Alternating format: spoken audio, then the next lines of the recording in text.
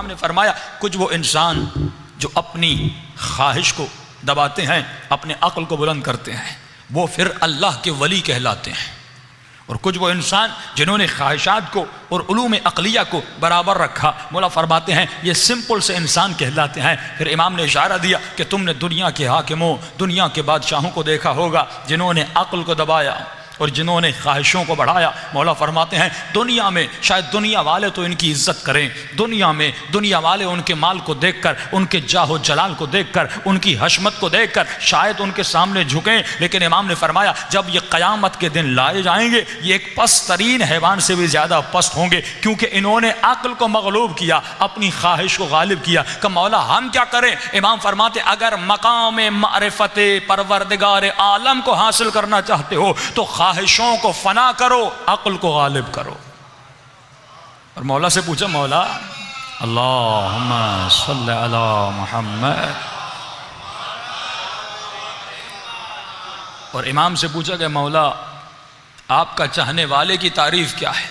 امام نے فرمایا علی کا شیعہ عقل مند ہوتا ہے، علی کے شیعے کے اوپر عقل غالب ہوتی ہے، اسی لیے فرمایا اگر توحید کو سمجھا جا سکتا ہے تو عقل کے ذریعے، اگر امامت کو سمجھا جا سکتا ہے تو عقل کے ذریعے، اگر رسالت کو سمجھا جا سکتا ہے تو عقل کے ذریعے۔ آج شیعت کے درمیان یہ چھوٹے موٹے جتنے بھی اختلافات ہیں کہ جن کی وجہ سے ہم لڑ بھی رہے ہیں، ہم جھگڑ بھی رہے ہیں، کیونکہ وہاں پہ خواہشیں شامل ہو گئیں، کبھی میری ذات کی خواہش، کبھی میرے قبیلے کی خواہش۔ دیکھیے بت پرستی ہو یا ثقافت پرستی ہو یا لسانیت ہو یا قوم پرستی ہو، ان سب کا تعلق خواہش سے ہے، پروردگار عالم سے نہیں ہے۔ خدا ایک ہی چیز بندے سے چاہتا ہے، آپ کے وجود سے خدا ایک چیز چاہتا ہے۔ آج اس کی ڈیٹیل میں جاؤں گا۔ دیکھیے یہ امام بارگاہ یا یہ مسجد جس نے بھی بنائی اس کا ایک ہدف تھا، اس کا ایک مقصد تھا۔ مقصد کیا تھا؟ میں وقف کرتا ہوں قربتاً الی اللہ، اللہ کے قریب ہو جاؤں۔ اب کیونکہ اس مسجد اور امام بارگاہ کے وقف کرنے کا مقصد پروردگار عالم تھا، لہذا اس مسجد و امام بارگاہ میں کبھی کوئی فنکشن نہیں ہوگا، اس میں ہر وہ کام ہوگا جو بندے کو اور انسانیت کو خدا کے قریب لے جائے، کیونکہ اس کا مقصد یہی تھا۔ یہاں پہ کوئی دعوت نہیں ہوگی، یہاں پہ کوئی شادی کے بڑے فنکشن نہیں ہوں گے، یہاں پہ مجلس ہوگی، یہاں پہ ذکر خدا ہوگا، ذکر آل رسول ہوگا، ذکر محمد مصطفیٰ ہوگا، یعنی ہر وہ کام ہوگا جس کی نسبت پروردگار عالم سے ہے، تاکہ جس نے وقف کیا اس کا مقصد پورا ہو جائے۔ اب مولا علی فرماتے اے انسان، کیا کبھی تم نے سوچا کہ کائنات میں ہر چیز کا کوئی مقصد ہے؟ یہ کائنات بنی کسی مقصد کی خاطر، یہ چاند بنا کسی مقصد کی خاطر، کہ چاند اپنے مقصد سے کبھی انحراف نہیں کرتا، بالکل اسی روٹین پہ چلتا ہے جو روٹین پروردگار عالم نے بتائی۔ کہ سائنسدان کہتے ہیں اگر یہ ستارے، اگر یہ سیارے اپنے مدار سے ذرہ برابر بھی ہٹ جائیں تو کائنات تباہ و برباد ہو جائے، لیکن فرمایا کمال کائنات یہ ہے یہ اپنے مدار سے نہیں ہٹتے۔ حیوانات کو دیکھیں گے اپنے مدار سے نہیں ہٹتے، سورج کو دیکھیں گے اپنے مدار سے نہیں ہٹتے، ستاروں کو دیکھیں گے اپنے مدار سے نہیں ہٹتے، کیونکہ ان کو ایک راستہ دکھایا گیا، ایک مقصد کے لیے خلق کیا گیا، یہ اس مقصد پر چل رہے ہیں۔ فرمایا اے انسان، کبھی تم نے سوچا تجھے بھی ایک مقصد کے لیے خلق کیا گیا؟ فرمایا مولا وہ کیا مقصد تھا؟ فرمایا وما خلقت الجن والانس الا لیعبدون، تیری خلقت کا مقصد تھا عبادت پروردگار عالم۔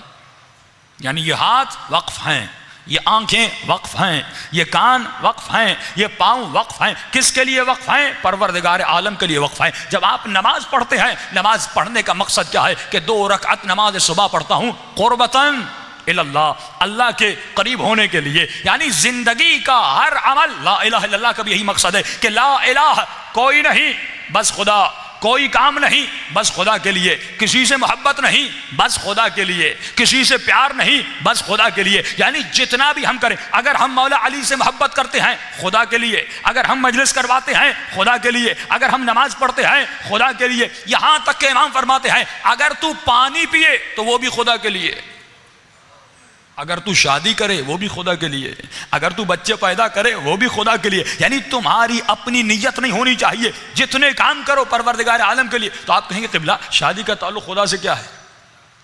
میں شادی کروں اپنے لیے، اپنی جسمانی لذات کے لیے، اپنی خواہشوں کو پورا کرنے کے لیے، اس کا خدا سے کیا جائے؟ میں پانی پیوں اس کا خدا سے کیا جائے؟ میں ایک چائے کا کپ پیوں اس کا خدا سے کیا جائے؟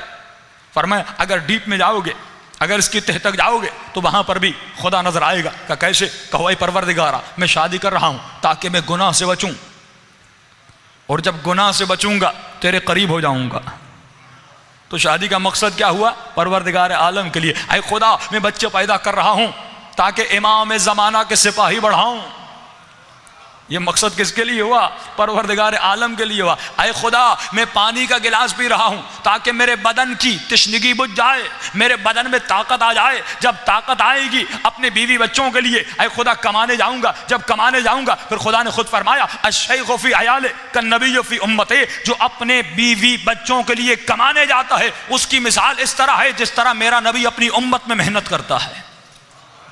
اس کی مثال نبی کی طرح ہے کہ رزق حلال اپنے بچوں کے لیے کمانے جا رہا ہے۔ اے خدا میں پانی پی رہا ہوں، میں کھانا کھی رہا ہوں تاکہ میرے بدن میں طاقت آ جائے، تاکہ میں صبح کی نماز کے لیے اٹھ سکوں، تاکہ میدان جہاد میں اے خدا تیری راہ میں لڑ سکوں۔ تو اگر زندگی کا شیڈول اس طرح بنایا جائے کہ ہمارا ہر مقصد پروردگار عالم کے لیے ہو، کہ میں اکثر آج کل کے نوجوانوں کو کہتا ہوں جو سوشل میڈیا پہ بہت زیادہ ایکٹیو ہیں، قبلہ آپ کی ہر ایکٹیویٹی، آپ کا ہر عمل، اس کی انتہا پروردگار عالم ہونا چاہیے، انتہا پروردگار عالم، اس صراط اور اس کا راستہ، آخری دروازہ پروردگار عالم کے لیے کھلنا چاہیے۔ اکثر نوجوان پوچھتے قبلہ ہمیں پتہ کیسے چلے کہ جس راستے پر ہم چل رہے ہیں یہ راستہ حق کا ہے یا باطل کا ہے؟ یہ سوچو آپ کے کام سے دین کو کیا فائدہ ہوگا، آپ کے عمل سے دین کو کیا فائدہ ہوگا۔ مثال کے طور پہ آپ نماز پڑھتے ہیں، یہ خدا نے کہا یہ قربتاً اللہ ہے۔ میں اکثر سمپل سی مثالیں دیتا ہوں کہ نوجوان اپنے بال بناتے ہیں، بالوں کے سٹائل آج کل دیکھیے، بھائی آپ نے ایسے بال کیوں بنائے؟ کہتے ہیں قبلہ یہ فیشن ہے۔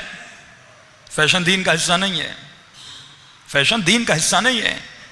کہ میں نے کل ڈیٹیل میں کہا تھا کہ ہمارے دین میں جتنی ظرافتیں ہیں کسی دین میں اتنی ظرافتیں نہیں ہیں، اور فقہ شیعہ میں جتنی ڈیٹیل میں بتایا گیا کسی فقہ میں اتنی ڈیٹیل میں بتایا نہیں گیا کہ ہمارا دین وہ ہے جو ہمیں سونا سکھاتا ہے کہ جب رات کو سو تو سیدھے ہاتھ پہ یا الٹے ہاتھ پہ پانی پیو، صبح بیٹھ کے یا اٹھ کے، یہاں تک کہ جب انسان واش روم میں جاتا ہے دین یہ بتاتا ہے جب بیٹھو تو کیسے بیٹھو، جب طہارت کرو تو کیسے کرو، غسل کے اقسام ہیں، غسل جنابت کا طریقہ کیا ہے، غسل جمعہ کیا ہے، غسل استغفار کیا ہے، غسل نشاط کیا ہے، اتنے مستحبات مکروہات۔ جب بچے کا نطفہ نہیں ٹھہرا اس سے پہلے کون سے اعمال ہے، جب نطفہ ٹھہر جاتا ہے پہلے مہینے پہ کون سا عمل ہے، دوسرے مہینے کا کون سا عمل ہے، تیسرے مہینے کا کون سا عمل ہے، چوتھے مہینے کا کون سا عمل ہے، شادی کرنے سے پہلے کون سے اعمال ہے، شادی کے بعد کون سے اعمال ہے، جب بچہ پیدا ہو گیا پہلے سال سے لے کر 7 سال تک کیسے تربیت کرنی ہے، 7 سال سے لے کر 14 سال تک کیسے تربیت کرنی ہے، 14 سال سے لے کر 19 سال تک کیسے تربیت کرنی ہے۔ جب دین نے اتنی ڈیٹیل میں بتایا، کیا اس دین نے یہ نہیں سکھایا ہوگا کہ زندگی کیسے بسر کرنی ہے؟